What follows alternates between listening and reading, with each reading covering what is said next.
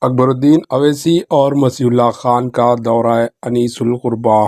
انیس الغربہ نامپلی کی نئی بلڈنگ کا تعمیری کام مکمل ہو گیا ہے۔ اطلاع کے مطابق چیف منسٹر KCR جلد اس نئی بلڈنگ کا افتتاح کریں گے۔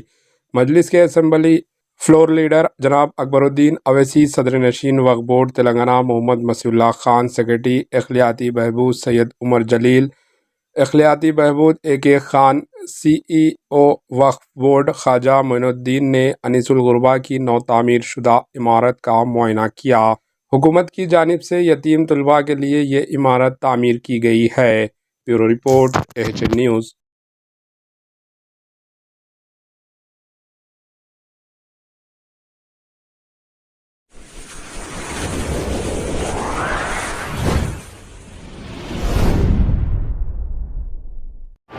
AHN نیوز کو لائک کریں، شیئر کریں اور سبسکرائب کرنا نہ بھولیں۔